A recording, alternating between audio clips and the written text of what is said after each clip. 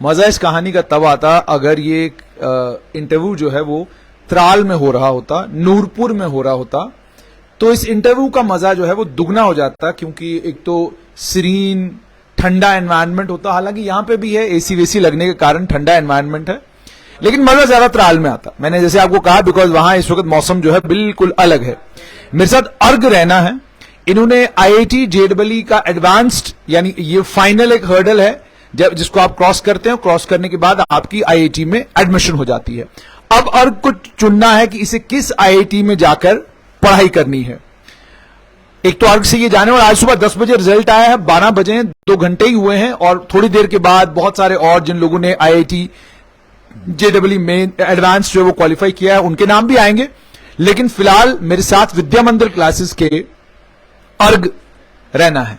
अर्ग, सबसे पहले मुझे ये बताना, ये नाम रखा है पेरेंट्स लेकिन जनरली इसका मतलब होता है जो कि पूजा में वो सामग्री होती है, वो चावल वगैरह सब और वो फूल वगैरह सब जो डालते हैं, मेजरली वो उसका मतलब होता है। बाकी क्यों रखा वो तो पेरेंट्स को पता है। लेकिन ऐसे ना अर्ग, आपके पिताजी मेरे साथ है, मैं जरा इनसे पूछ लूं, मुझे बताइएगा कि अर्ग क्यों नाम रखा आपने? अर्ग हमने इसलिए इसका, पहले मैं आपको नमस्ते बोल रहा हूँ सबको। अर्ग मैंने इसलिए इसका रखा है, हमने रखा है क्योंकि अर्ग एक शिव का दूसरा नाम भी है, इसलिए इसका नाम भी हमने अर्ग रखा है। अर्ग रखा, अच्छा, मतलब को घर क्यों थो इसलिए अर्ग नाम के इसके शिव का दूसरा नाम अर्ग। अरे कोशिश तगा से किन की ही थोड़ा बहुत फ्लुएंट नहीं, लेकिन हल्का हल्का सा, हल्का हल्का सा। ज्यादा क्या बोलते हो अब आप? हिंदी। ठीक है। तो कश्मीरी लैंग्वेज मैक्सिमम कश्मीरी पंडित बच्चे घर में बोलते हैं, लेकिन थोड़ा सा शर्माते हैं जब बात आती है इसी लैंग्वेज को कैमरे के ऊपर बोलने में, यार कोई गलती ना हो जाए, या बोलते बोलते मैं कहीं उधर ना निकल जाऊं, तो इसलिए नहीं बोलते। अच्छा, आईआईटी जेईई आपने क्वालिफाई किया, इसके लिए बहुत बहुत मुबारकबाद आपको। 10th में ही सोच लिया था ये करना है, या माता पिता ने जबरदस्ती कहा था यही करना है? 10th में मेरे को मैथ्स में थोड़ा इंटरेस्ट था, तो आईआईटी के बारे में तो नहीं पता था उस टाइम पे, लेकिन उस टाइम पे मैंने सोचा था कि मैं नॉन मेडिकल में जाऊंगा, जो कि जनरली सोचते भी है जब जिसका मैथ अच्छा होता है।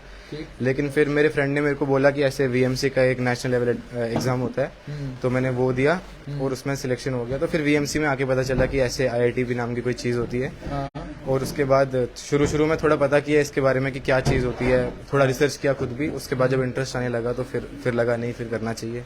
उसके बाद फिर मैंने इसके अंदर मेहनत करनी शुरू की। लेकिन ये मुझे बताइएगा कि जब आपने मेहनत करनी शुरू की, was it in your mind already कि यार ये आईआईटी है? क्योंकि आप क्या करते हैं आजकल, मैंने देखा बच्चे बहुत प्लान्ड चलते हैं, अगर वो नहीं प्लान चल रहे हैं तो माता पिता प्लानिंग करा के चलाते हैं कि बेटा तुमने ये करना है, फिर तुम यहां जाओगे, फिर तुम यहां जाओगे। So was it this same in your case या थोड़ा डिफरेंट था?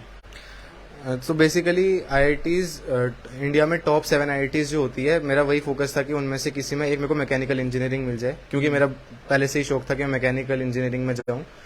तो मेरे को था कि किसी भी टॉप 7 आईआईटीज में, जो जैसे खड़गपुर, कानपुर, बॉम्बे, दिल्ली, मद्रास, रुड़की या फिर गुवाहाटी, ये टॉप 7 जो आईआईटीज है, इसमें था इनमें से किसी एक में मेरी सिलेक्शन हो जाए, और जो फॉर्चुनेटली जितनी रैंक आई है उससे हो भी सकती है। अच्छा, रैंक क्या है आपकी? मेरी ऑल इंडिया रैंक 3325 है। 3,325। इस ऑल इंडिया रैंक में आपको इनमें से कोई एक आईआईटी मिलेगा। क्या फॉर्मूला है जिस फॉर्मूले के जरिए आपने ये आईआईटी का एडवांस्ड क्वालिफाई किया है? कितने कितने घंटे पढ़ना है? 10th के बाद खुद को कितना बांध के रखना है?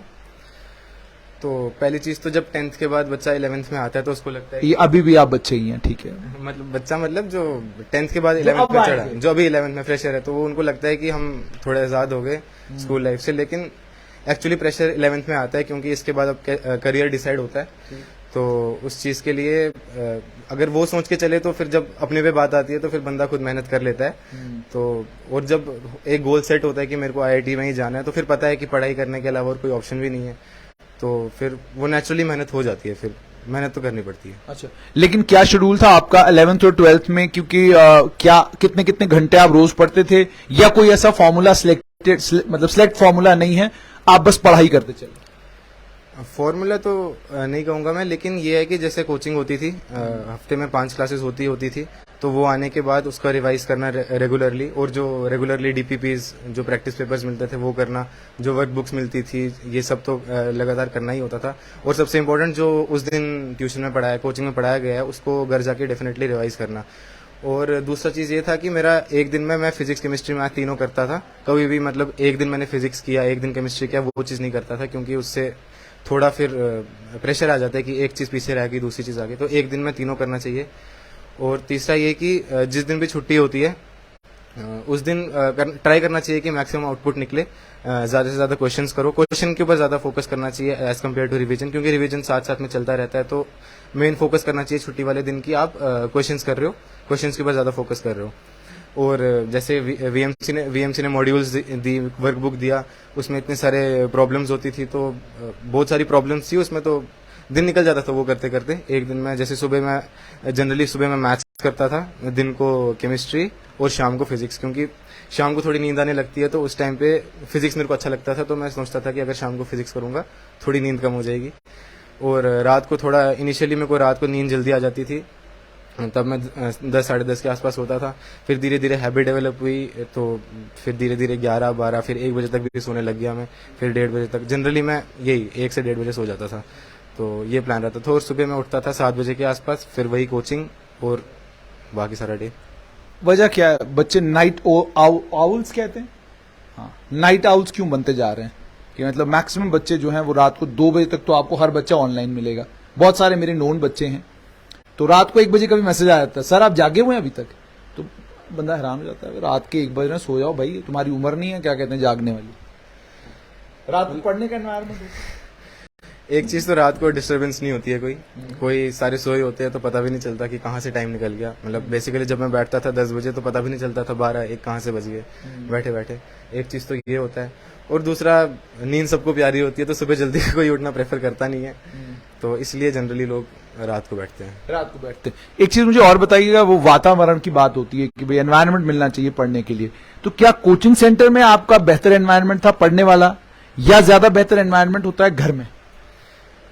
कोचिंग में सेल्फ स्टडी नहीं होती है, कोचिंग में नया पढ़ाया जाता है, नए नए क्वेश्चंस कराए जाते हैं। और कोचिंग में ये होता है कि जो आपका फ्रेंड सर्कल होता है, जो आपका पीयर ग्रुप होता है, उसमें मतलब जैसे मैं था, तो मेरे जितने भी दोस्त थे वो सारे अच्छे थे, पढ़ते थे वो भी, तो जनरली पढ़ाई की बातें करते रहते थे, और जितने भी क्वेश्चन जो कराए जाते थे वो साथ साथ में डिस्कशन होता रहता। तो कोचिंग में ये फायदा होता है कि आपको दूसरों का माइंडसेट सीखने को मिलता है।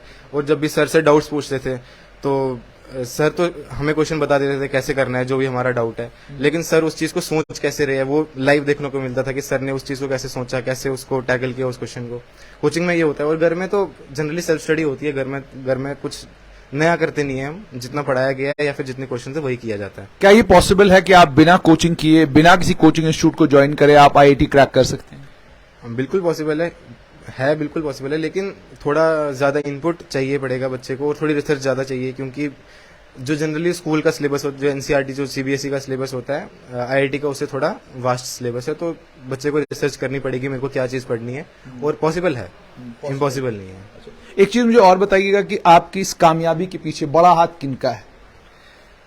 पहले चीज तो पेरेंट्स, वो जो घर पे एनवायरनमेंट, जो मोबाइल फोन चाहिए थे, लैपटॉप चाहिए था, जो कि एक्सेस करना था। पहले स्टार्टिंग में तो ऑनलाइन था, पहले ऑफलाइन था नहीं, तो उन चीज़ों को एक्सेस करवाना और फिर अच्छा एनवायरनमेंट देना। और दूसरा जो मैं कहूँगा बहुत बड़ा रोल था वो टीचर्स का और वीएमसी का, क्योंकि उन्होंने ही वो सारी जो मॉड्यूल्स थे, जो वर्कबुक्स थी, और जितना भी कंटेंट था बेसिकली, तो वो सारा टीचर्स ने डिलीवर किया। और वीएमसी ने जो मॉड्यूल्स दी, वर्कबुक्स दी, और जो उन्होंने क्वेश्चंस दिए, और जो उन्होंने बुक्स रेफर करी, वो सब चीज़ें वीएमसी के टीचर्स ने, वीएमसी के स्टाफ ने, वीएमसी की फैकल्टी ने, उनका मैं धन्यवाद करना चाहूँगा। और तीसरा मेरे को लगता है कि जो सबसे बड़ी चीज़ होती है इसमें, वो यही होता है कि बच्चे को खुद भी मेहनत करनी पड़ती है, उसके बगैर ये चीज़ पॉसिबल नहीं होती। घर में भी एक वातावरण होता है। पिछले दिन इंस्टाग्राम के ऊपर एक वीडियो बहुत वायरल हुई। इंस्टाग्राम के ऊपर वो जो वीडियो था, उस वीडियो में दिखाया गया है कि एक लड़की पढ़ने की कोशिश कर रही है, और कभी आवाज बाहर से आ रही है, चाय पिएगी, 2 मिनट के बाद कोई 2 लोग लड़ रहे हैं आपस में, 4 मिनट के बाद कोई और शोर हो रहा है, कोई आधे घंटे के बाद कोई और शोर हो रहा है। तो मतलब कॉन्टिन्यूसली वो कह रही है भाई यही एनवायरनमेंट है जिसके लिए आप कह रहे हो कि घर में पढ़ना जरूरी है। तो इस तरह का वातावरण घर के अंदर रहता है, या वाकई आपको लगता है कि लाइब्रेरी में बैठकर पढ़ना ही बेस्ट अल्टरनेटिव है? मेरे घर पे तो ऐसा नहीं होता था, शांति थी तो पढ़ लेता था मैं। अच्छा, कश्मीरी पंडित जितने भी घर हैं, because I am a student of Kashmiri pandits, तो मैंने कश्मीरी पंडितों के पास ही पढ़ा है, तो एक वातावरण रहता है। सुबह दही का वातावरण रहता है, पूजा पाठ का वातावरण रहता है, ठीक है कि नहीं, और दही से दिन की शुरुआत होती है। तो ये आपके घर में भी इस तरह का वातावरण है या आपका बिल्कुल अलग है? है तो यही है। सुबह 7 बजे उठता था मैं, तो पहले मंदिर ही जाता था। मतलब अच्छा। पूरे साल में मंदिर ही गया हूँ पहले तो। उसके बाद दही वगैरह तो नहीं, लेकिन हाँ ये पराठा वगैरह सब खा के फिर बैठ जाते थे पढ़ने के लिए या फिर कोचिंग आने के लिए। कोचिंग लेने के लिए। अच्छा, इसको मिस कर रहे हो आप कि you are not in Tral, you are in Jammu? Have you been to Tral? हाँ मैं गया हूँ वहाँ पे, लेकिन मिस मैं इसलिए नहीं कहूँगा क्योंकि जितना नहीं जितना कुछ मिला है वो यहीं से मिला है। तो अगर ये सब चीजें नहीं होती तो शायद 3325 रैंक भी नहीं आती। तो हो सकता है वहाँ पे उससे अच्छी भी हो सकती है, उससे कम भी हो सकती है, लेकिन जितना मेरे को यहाँ मिला है तो उससे मैं खुश हूँ। नहीं, लेकिन एक चीज और भी हो सकती थी ना पॉसिबली। त्राल में नूरपुर एक गांव है, शहर नहीं है। तो दूसरा है कि हालांकि अब तो बहुत डेवलपमेंट वहां पर भी हुई है, लेकिन एनवायरनमेंट बहुत अच्छा हो सकता है। मगर फिर ये है कि आपको भी लगता है कि कोचिंग इंस्टीट्यूट की जरूरत तो है ही at the end of the day, क्योंकि आपको प्रैक्टिस बहुत करनी है और उसके बाद थोड़ा टाइम होता है, उस थोड़े टाइम में आपको इतना पेपर करना है, जल्दी जल्दी क्वेश्चन करने हैं। और उसके बाद फिर ये भी होता है कि आप जो कोचिंग इंस्टीट्यूट में टाइमिंग सेट कराते हैं आपकी कि भाई ये क्वेश्चन इतने टाइम में होगा, कई कुछ ट्रिक्स बता देते हैं कि भाई इस तरह के क्वेश्चन आएंगे तो इसमें इस ट्रिक से आपने इस क्वेश्चन को करना है।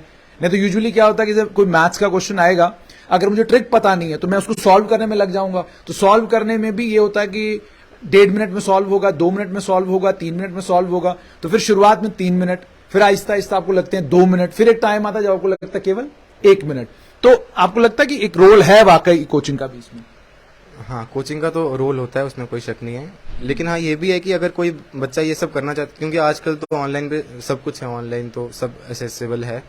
तो गांव में हो सकता है, क्यों नहीं हो सकता है, सब हो सकता है पॉसिबल। लेकिन हाँ पॉसिबल है। लेकिन अगर कोचिंग है तो फिर मतलब बहुत अच्छा है आपके लिए, आपकी डेवलपमेंट के लिए बहुत अच्छा है, और चीज़ों को आप जल्दी ग्रैब कर सकते हो, जल्दी सीख सकते हो। और जैसे कि आपने बोला ट्रिक्स होती है, वो कोचिंग में बताई जा सकती है, क्योंकि जब आप टीचर को लाइव देखते हो सॉल्व करते हुए तभी आपको पता चलता है कि, क्योंकि क्वेश्चन सॉल्व करना इंपॉर्टेंट नहीं होता, टीचर ने उसको कैसे दिखाया, टीचर ने क्या क्या स्टेप्स करवाए उसको सॉल्व कराने के लिए, वो इंपॉर्टेंट होता है।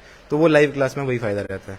तो आपने सुन लिया अर्ग का क्या कुछ कहना है। अर्ग के टीचर मेरे साथ हैं, ये आपको फिजिक्स पढ़ाते हैं, ठीक है। क्या नाम है आपके सर का? अमीश सर। अच्छा अमीश जी, आप फिजिक्स पढ़ाते हैं, क्या कहेंगे अर्ग के बारे में? सर ये अर्घ मतलब स्टार्टिंग में तो चलिए मैं नहीं पढ़ाता था, अब अर्घ खुद ही मतलब मैं देखता था, इतना देखता था कि अर्घ ये बच्चा लगातार लगा रहता था पढ़ाई के अंदर। और सबसे बड़ी चीज सफलता बस मेहनत का ही पर्याय है, और इस बच्चे ने बस उस चीज को सिद्ध किया है। अच्छा, हर तरफ अपनी तरफ से लगे रहना, अपनी तरफ से लगे रहना, जो भी डाउट आता है वो डिस्कस करना टाइम टू टाइम, ये सबसे बड़ी चीज है। हम कामयाबी तभी पा सकते हैं जब हमें अपनी वीकनेस का पता हो, और ये बच्चा अपनी वीकनेस खुद ढूंढता था, कहाँ कहाँ वीक मैं खुद हूँ। और ये वीकनेस ढूंढना किसी बच्चे की सबसे बड़ी स्ट्रेंथ है। आपको पता है आप कहाँ कमजोर है, वहाँ वर्क करेंगे, अपने आप स्ट्रेंथ आएगी, और स्ट्रेंथ आएगी तो आप 2 लोगों को पीछे छोड़ जाएंगे। मुझे एक चीज बताइएगा कि टीचर होने का भी एक दर्द, एक दुख जरूर होता होगा कि मतलब एक टीचर आईआईटी प्रोड्यूस कर रहा है, आईएएस प्रोड्यूस कर रहा है, आईपीएस प्रोड्यूस कर रहा है, लेकिन खुद टीचर ही है। और कुछ सपने तो आपके भी कभी रहे होंगे किसी जीवन के किसी एक ठीक है समय में, जब आपने सोचा होगा ये करना है, वो करना है। देखिए पहले तो मैंने खुद ही बीटेक एनआईटी राउरकेला से किया हुआ है, तो खैर मुझे इसका मैं आईआईटी नहीं पहुंच पाया, बहुत अच्छे रैंक नहीं थे आईआईटी के अंदर। लेकिन जो था मैंने सेल्फ स्टडी के थ्रू यहाँ तक अपना टोटल का टोटल रिजल्ट प्रोड्यूस किया था खुद से। सेल्फ स्टडी में एक पार्ट थी कि वहाँ पे टाइम बहुत ज़्यादा लगता था, और सपने हो सकता है बहुत बड़े हों, लेकिन टाइम का एक बड़ा फर्क होता है। जैसे ओलंपिक में 1 सेकंड या 0.01 सेकंड का फर्क रैंक 1, रैंक 2 और रैंक 3 डिसाइड कर देता है। यही कंपटीशन में भी हमारे लिए इम्पोर्टेंट है टाइम, हर समय टाइम। हमारे सपने जो भी थे, अब सपने यदि हमारे पूरे नहीं होते हैं तो हमें जब हम पढ़ाते हैं एज ए टीचर वो एक नाम ही दिया गया है शिक्षक, जब हिंदी में बोलते हैं तो शिक्षा प्रदान करता है। शिक्षा प्रदान करने की क्षमता कहाँ से आती है टीचर के पास? वो खुद ठोकरों से सीख चुका होता है कि यहाँ गलतियाँ नहीं करनी है, और यही चीज़ें सारे के सारे अपने बच्चों तक प्रोवाइड करता है। जो बच्चे फॉलो करते हैं उसको, वो आगे ज़रूर बढ़ते हैं। और यही चीज़ कहीं न कहीं अर्घ ने भी सिद्ध किया है लगातार कि अपने कमजोरी पर टोटल उसने ओवरकम किया, टीचर्स के साथ कनेक्शन बनाकर रखा इस बच्चे ने, तो आज रिजल्ट सबके सामने है। बहुत बहुत शुक्रिया। तो आपने सुन लिया, ये अर्घ है और अर्घ के टीचर हैं। आपने दोनों से सुन लिया कि अर्घ ने कैसे मेहनत करी और किस तरीके से अर्घ ने IIT JEE एडवांस्ड क्वालिफाई करके अब अर्ग IIT जाने वाले हैं।